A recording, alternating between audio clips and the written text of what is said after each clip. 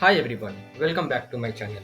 In today's video, I will be showing you how to set up all the required tools and dependencies to start working with SAP Cloud Application Programming Model or SAP CAP right inside VS Code on your personal system.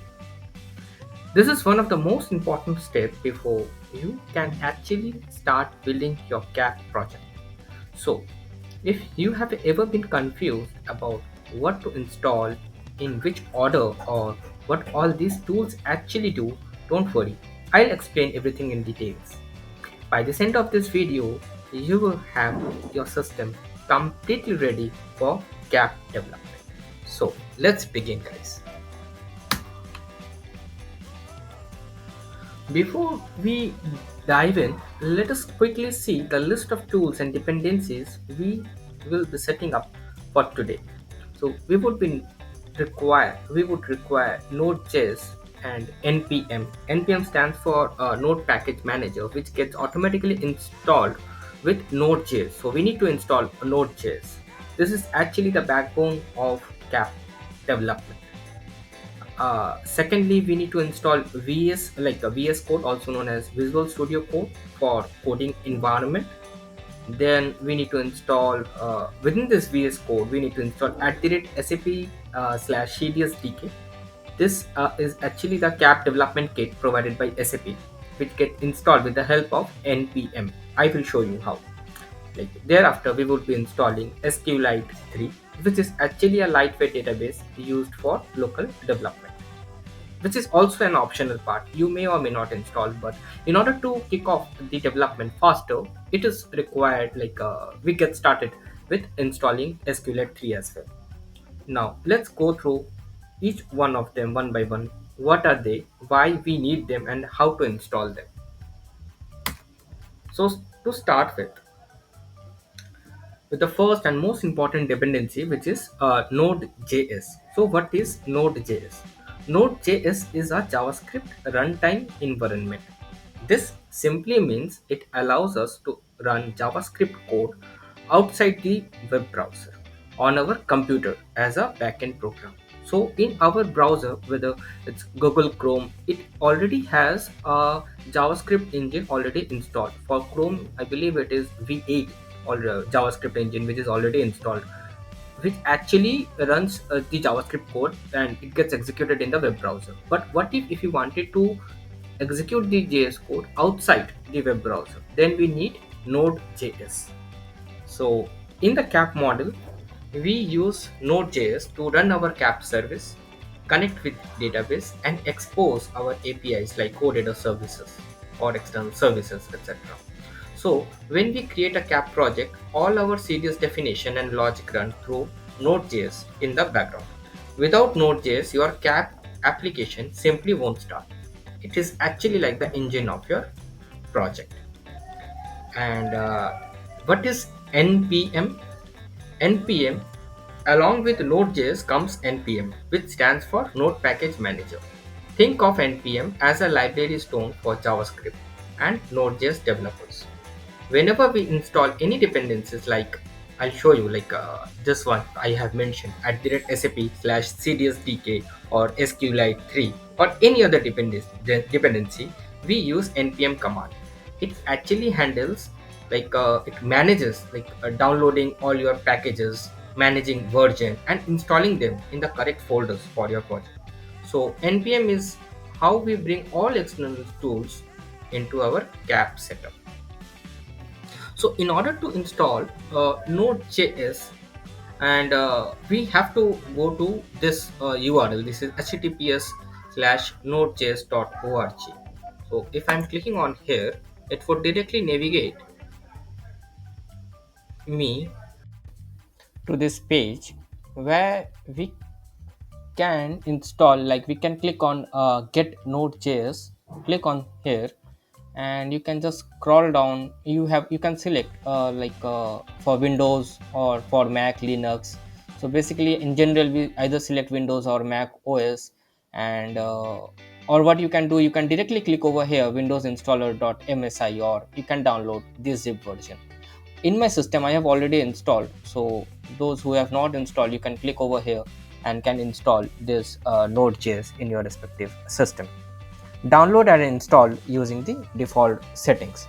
Once done, open your terminal and command prompt, and you just need to type node-v or npm-v in your command prompt. Like, in order to open your command prompt, you can click Windows R, uh, and you can type in their cmd, and thereafter you can check node-v or npm-v. I will show you in a while.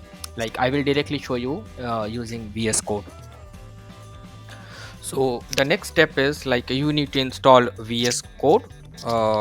You have to click on this link, like https code.visualstudio.com, and you just directly download it for Windows or Mac and get it installed in your system. And once it is installed, let me show you my VS Code. This is actually the VS Code, and here all you need to do is you just have to get into one of the folder. Like, I have created one folder like CAPM dummy, and get into inside that folder. And from here you can go to terminal, click on the terminal on the very much top, and you can click on new terminal, and here you can write node-v in order to check if the node module, this node.js, is correctly installed in your system or not. So it will show you the node version correctly. So this is a node version, and there is another command called npm-v, and it will show you the version of npm, that is 10.9.0, and node version is 22.11.0. So these node modules are correctly installed in my system, so you can check it in your VS Code as well. Now, once it is done, we need to install another dependency which is known as @SAP/CDS-DK, which stands for SAP CDS Development Kit. It is a command line tool provided by SAP that helps you create, build, and run CAP application easily. If you are using VS Code, you have to install this dependency. It is mandatory. With the help of npm tool, you need to install this dependency. But if you are using BAS, Business Application Studio, these tools are automatically installed. So you do not have to install it separately, basically. So coming to VS Code, this tool, this is @SAP/CDS-DK, is actually an assistant in the CAP world. It does all the setup, scaffolding, and local deployment for you. It will make your project readily available. It will create a dummy project for you, basically, with all the relevant folders automatically created, also known as a scaffolding technique. Yes. With @SAP/CDS-DK, you can create new CAP project using the command cds init. You can watch and auto reload your application using cds watch. You can deploy your models to database. You can build and package your project. Without this package, you can't even initialize or start your CAPM project. So you cannot initialize or start your CAPM project. So it is absolutely very, very essential. Let me show you how can you install that if you are a beginner. So initially we will get inside this directory like CAPM dummy. Make sure that you are inside CAPM dummy folder. Okay. Now initially we will be creating one folder inside this CAPM dummy, mkdir. We have to enter this command mkdir for creating a new directory, and you can write CAPM. You can just write CAPM over here. So it will create a folder named CAPM inside dummy, CAPM dummy. So this folder gets created, as you can see, CAPM dummy. Now what you need to do is you have to get inside this CAPM folder. So all you can do is change directory to CAPM, CAPM. So now we are inside CAPM. Now here what you need to do is you need to install this npm install @SAP/CDS-DK. You need to install this. Okay, you need to install this in your system. Prior to that, I'm not installing it right now because I have installed this already in my system, so that's why I'm not installing it again. So Once you have installed this, you will notice that a node module gets generated over here. And if you wanted to check if it is correctly installed or not, as I have mentioned, like at the rate SAP CDSDK, this SAP CDS Development Kit will help you create a new project using a terminal command called cds init. So the moment I press cds init, it will create a project folder automatically. As you can see over here, a project folder gets automatically generated, which consists of app folder, db folder, srv folder, git ignore, package.json.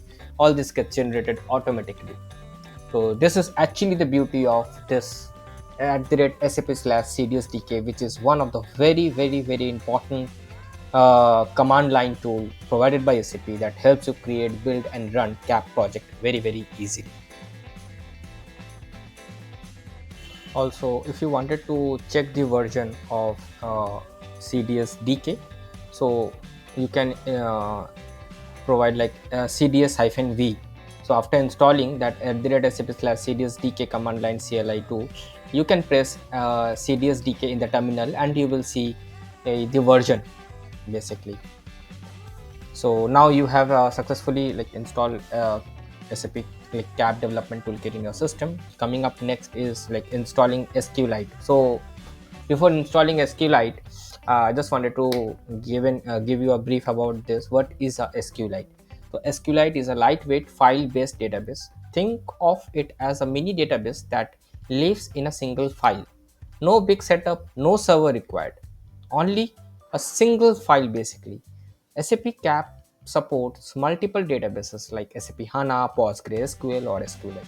But during local development, SQLite is the most preferred because it is very much easy to set up, run inside your local machine. It requires zero configuration almost, and it works perfectly with CAP for testing. When you move your project to production on SAP BTP, all you need to do is just you have to change the configuration in package.json in your CAP project, which I will be showing you in my upcoming videos.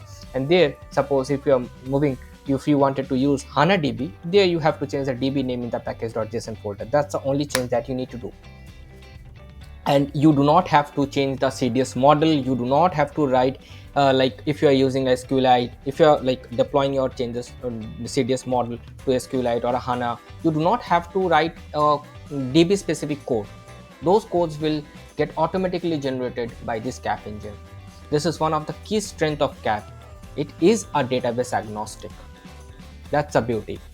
So in order to install SQLite, all you need to do is you have to again in the terminal, you have to again go to the terminal and you have to write npm install SQLite 3 dash dash save, and this SQLite will get automatically installed. I'm showing. So let me clear this up, and in order to install SQLite 3 for this project, so guys, we are installing this SQLite for this. Suppose this is a dummy project, CAPM. This is a project, okay. So anyway, I'll create a separate project when I will be explaining more details. I'll explain the folder structure, what are these, why we are using this, what are its feature basically. Then I'll get more deep into it, okay. But as of now, I'm just showing you like where the command basically how to install SQLite 3. So you have to input npm install SQLite 3 is a version dash dash save. So all you need to do is provide this information, and here SQLite 3 is this Node.js driver for SQLite database, and dash dash save, it adds it to your project's dependency inside package.json file. Let me show you right now. In your package.json, we have dependency install as at the rate uh, CAP.js SQLite. So this is by default installed by your CAP engine. So this is also known as in-memory database. So this is CAP's in-memory database, where SQLite is an in-memory database which is get installed when you are using cds init. It comes automatically, but explicitly if you wanted to install SQLite DB, you can do it by writing the following command. The moment I press enter, you will see, oh sorry, I have, okay,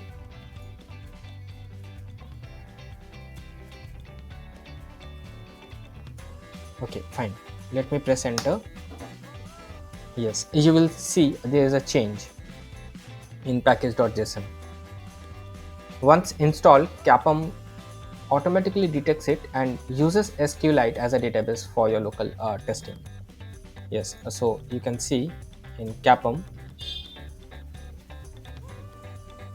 it is still installed. It takes some time to install. Yes, it gets installed, and now you can see in this package.json file there is a dependency. You can see there's a dependency, and in the dependency we have SQLite 3, which has the latest version, 5.1.7, which gets automatically installed after writing this following command. And that's it for today's tutorial, guys. We have successfully set up all the tools and dependencies required to start your journey with CAPM, SAP Cloud Application Programming Module.